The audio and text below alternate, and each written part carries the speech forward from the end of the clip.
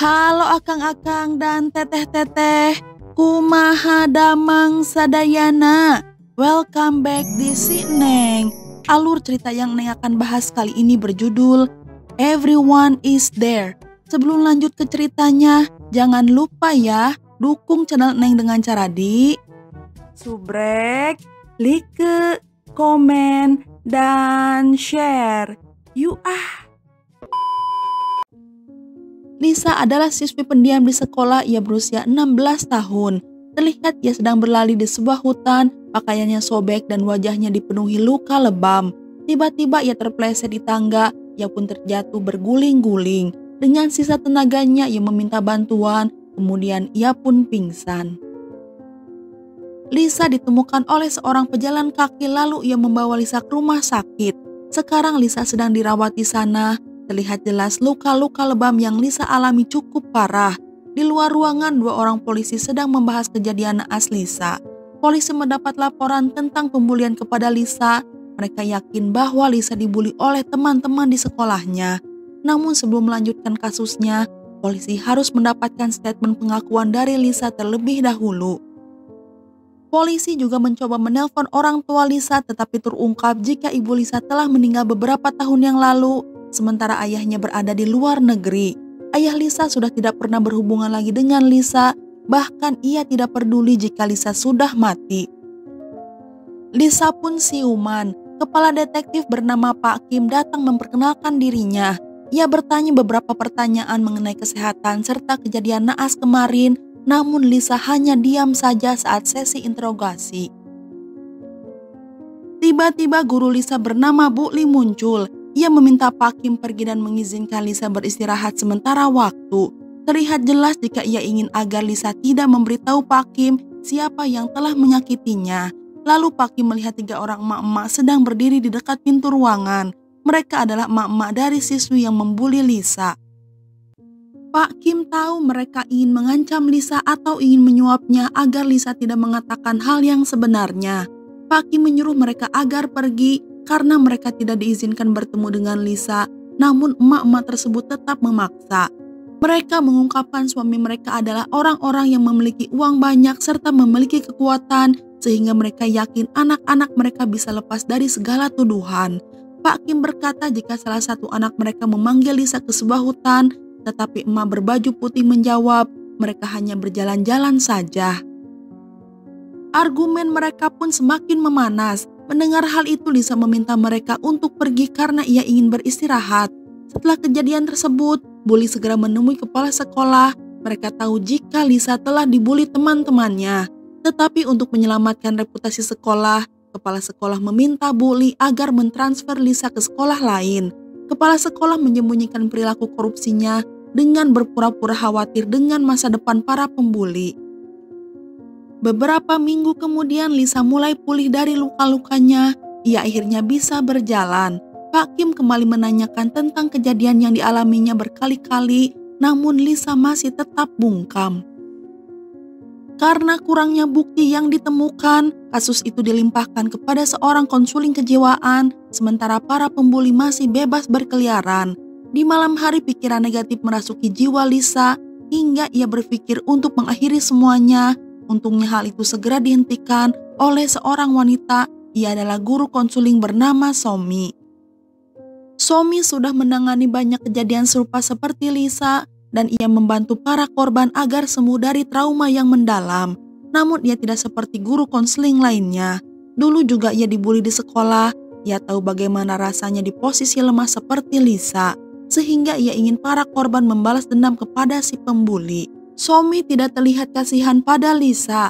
Ia malah kembali mengingatkan Lisa pada kejadian di malam itu hingga membuat Lisa menangis. Saat Lisa sudah merasa tenang, Somi meminta Lisa agar tetap bertahan sampai ia kembali lagi nanti.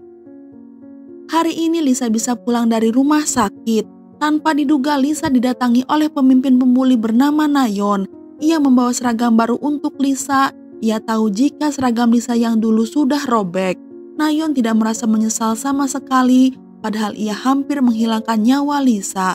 Sebelum ia pergi, ia mengancam Lisa agar menjauh dari polisi. Setelah Nayon keluar, Somi masuk ke dalam ruangan. Ia mendengar semua percakapan mereka. Ia lalu membawa Lisa ke restoran untuk menenangkan Lisa. Kemudian mereka pergi ke tempat di mana ibu Lisa pernah tinggal sebelum ia meninggal. Lisa pun mengingat tentang kenangan masa lalu. Tiba-tiba perhatian Lisa tertuju kepada remaja yang baru saja melewatinya. Lisa mengikuti gadis tersebut dan akhirnya ia mengetahui jika gadis itu adalah kembaran identiknya bernama Jenny. Lisa mencoba mendekatinya, namun Jenny segera pergi. Ia terlihat tidak peduli. Terungkap jika orang tua mereka berpisah sebelum mereka lahir. Hubungan orang tua mereka tidak baik, di mana ayahnya tidak mau mengurus Lisa ataupun Jenny. Tetapi seiring waktu berjalan, kondisi keuangan ibunya kian memburuk, sehingga ibunya meninggalkan Lisa di rumah ayahnya, sementara ibunya tinggal bersama Jenny. Kedua saudari itu tidak pernah bertemu, dan Lisa pun tinggal bersama ayahnya yang selalu menelantarkannya. Keesokan harinya, Somi mengikuti Jenny ke sebuah toko. Ia melihat Jenny sedang mencuri di sana. Somi menghentikan Jenny di luar toko dan memintanya bantuan. Meskipun Somi berkata saudarinya telah dibuli hingga sekarat, namun Jenny tetap tidak peduli. Ia baru setuju saat Somi menawarkan sejumlah uang kepadanya. Di malam hari mereka bertemu di apartemen Somi. Somi menyarankan agar mereka tinggal bersama selama seminggu hingga rencana mereka berhasil. Jenny tidak menyukai ide tersebut, tetapi mau tidak mau ia harus setuju. Somi melanjutkan jika Jenny harus pergi ke sekolah sebagai Lisa untuk memberi pelajaran kepada para pembuli. Jenny sudah drop out dari sekolah setahun yang lalu merasa keberatan. Baginya uangnya dijanjikan tidaklah sepadan dibandingkan ia harus kembali ke sekolah. Jenny pun menolak kerjasama dan pergi dari sana. Beberapa menit kemudian Jenny mendapatkan sebuah video dari grup chat. Video tersebut berisikan saat Lisa mendapatkan bulian yang sangat keji. Beberapa siswi merobek-robek seragam Lisa, menjatuhkannya ke tanah, dan menendangnya berkali-kali sambil menertawakannya serta memvideokan semua kejadian tersebut. Hal itu membuat Jenny geram hingga ia kembali ke apartemen. Ia mendatangi Lisa dan memanggil Lisa dengan sebutan pengecut. Video itu pun membuat Lisa kembali trauma dan sulit bernafas. Melihat kembarannya dalam kondisi yang sangat menyedihkan, Jenny mulai merasa kasihan kepadanya. Dengan menggebu-gebu, Jenny bertanya kepada Somi di mana ia bisa menemukan gadis yang menertawakan Lisa. Keesokan harinya Jenny berangkat ke sekolah sebagai Lisa. Teman-temannya melihat perubahan perilaku yang berbeda, namun mereka tidak berpikir macam-macam. Hingga geng pembuli masuk ke dalam kelas, Nayon pun kemudian duduk di meja Jenny. Ia memanggilnya lucu karena masih berani datang ke sekolah. Mendengar suara tertawa Nayon, Jenny sadar bahwa Nayon adalah gadis yang berada di dalam video. Nayon adalah pemimpin yang membuat orang lain ikut membuli Lisa. Saat Nayon mencoba membuli, Jenny menamparnya dengan keras hingga Nayon terjatuh ke lantai. Ia lalu menjambak rambutnya dan duduk di atas tubuhnya. Jenny meminta Nayon agar tertawa lagi seperti di dalam video. Bukan itu saja, Jenny juga merekam kejadian tersebut sambil mencekek lehernya. Sementara teman Nayon yang lain tidak bisa berbuat apa-apa, mereka begitu ketakutan. Kejadian itu berhenti saat bully masuk ke dalam kelas. Mereka lalu dibawa ke ruangan guru, tetapi Jenny bukanlah orang yang takut kepada siapapun. Saat ia berdua dengan bully di ruangan, Jenny mendekatinya dengan sebuah bolpen di tangannya dan mengancamnya akan menusuknya. Bully terlihat begitu ketakutan saat Jenny berkata jika bully tidak memperlakukan Lisa dengan adil.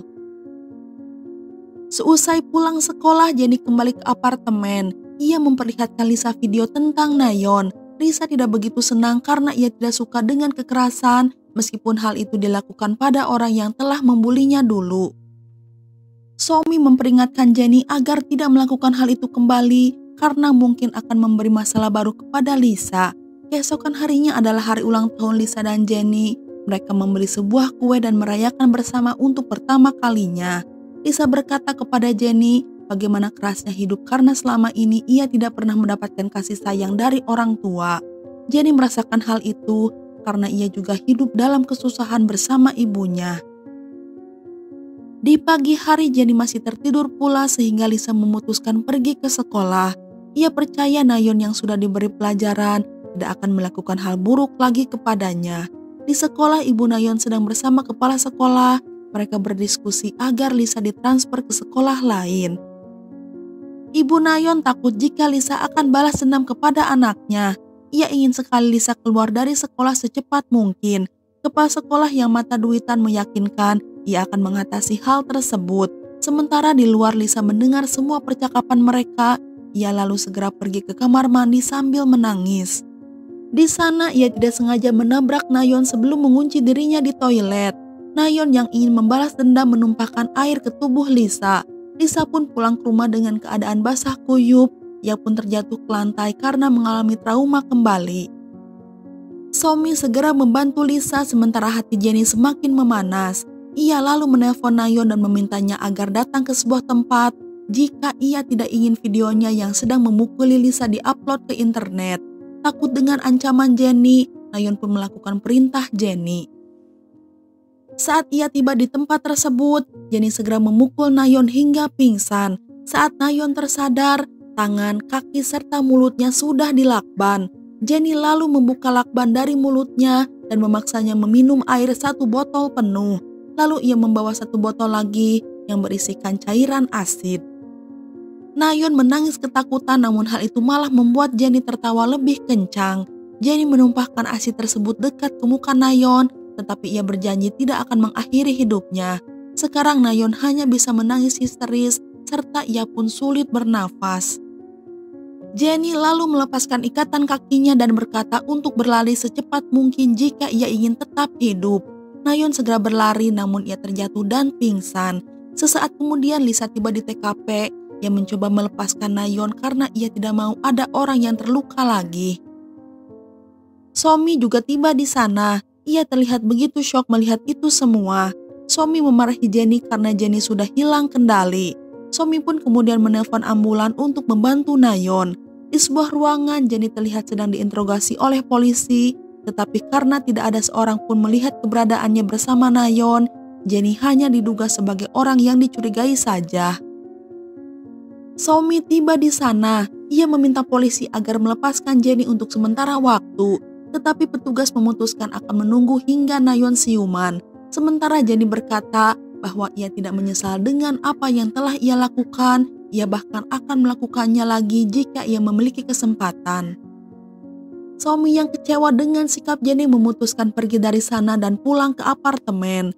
Tidak lama berselang, ibu Nayeon mencoba menyerang Jennie, tetapi Jennie membalas agar ibunya tertawa seperti yang Nayeon lakukan. Jennie melanjutkan jika apa yang terjadi adalah cerminan perilaku Nayeon kepada Lisa. Mendengar perkataan itu, polisi yakin jika Jennie terlibat. Ketika Pak Kim memanggilnya dengan nama Lisa, Jennie pun menyangkal. Ia berkata jika Lisa yang Pak Kim cari sedang berada di apartemen. Kemudian Pak Kim beserta partnernya pergi ke apartemen berencana menemui Lisa. Namun pikiran Pak Kim tidak bisa lepas dari Jennie. Ia tidak tahu apa yang sedang terjadi. Pak Kim melihat perubahan yang signifikan dari perilaku Lisa sejak ia berada di rumah sakit. Tiba di apartemen, Pak Kim tidak menemukan siapa-siapa di sana. Lalu ia mendapat telepon dari rumah sakit yang mengabarkan jika Nayeon sudah siuman. Nayeon berbohong tentang orang asing yang telah menyakitinya karena ia ketakutan. Fakta pun terungkap. Kejadian tersebut memperlihatkan jika Jennie sendirian saat Nayeon sudah terkapar di tanah. Ternyata Jennie, Lisa, dan Somi adalah orang yang sama. Setiap Lisa berbicara dengan salah satu dari mereka, sebenarnya Lisa sedang berbicara dengan dirinya sendiri. Lisa tidak pernah memiliki saudara kembar identik. Setelah kejadian pembulian, Lisa begitu trauma dan kesepian. Ia mulai berhalusinasi bahwa ia memiliki seseorang yang peduli kepadanya. Halusinasi itu pun berubah menjadi obsesi dan berkembang menjadi kepribadian ganda di dalam dirinya. Sementara Somi adalah seseorang yang nyata dalam kehidupan. Ia adalah seorang konseling yang membantu Lisa, tetapi ia tidak pernah bertemu langsung dengannya. Lisa hanya berimajinasi tentang Somi jika ia berada di dekatnya dan menemani kesendiriannya, yang juga menambah kepribadian ganda dalam diri Lisa. Pengadilan pun akhirnya mengetahui apa yang benar-benar terjadi kepada Lisa. Lisa lalu dikirim untuk melakukan terapi. Ia drop out dari sekolah. Juga Lisa harus fokus dalam mengobati kesehatan mentalnya. Terlihat Lisa sedang bersama psikolog dalam program penyembuhan traumanya yang sangat mendalam. Lisa pun akhirnya sembuh dari traumanya. Di akhir cerita, suami yang asli mengantar Lisa ke airport. Lisa akan dikirim ke kota yang berbeda untuk menjalani hidup barunya. Dan film pun udahan. Nah, itu dia alur cerita film kali ini. Semoga bisa menghibur Akang dan Teteh semua. Neng undur diri dulu ya. Neng ucapkan terima kasih dan hatur nuhun. You keboy.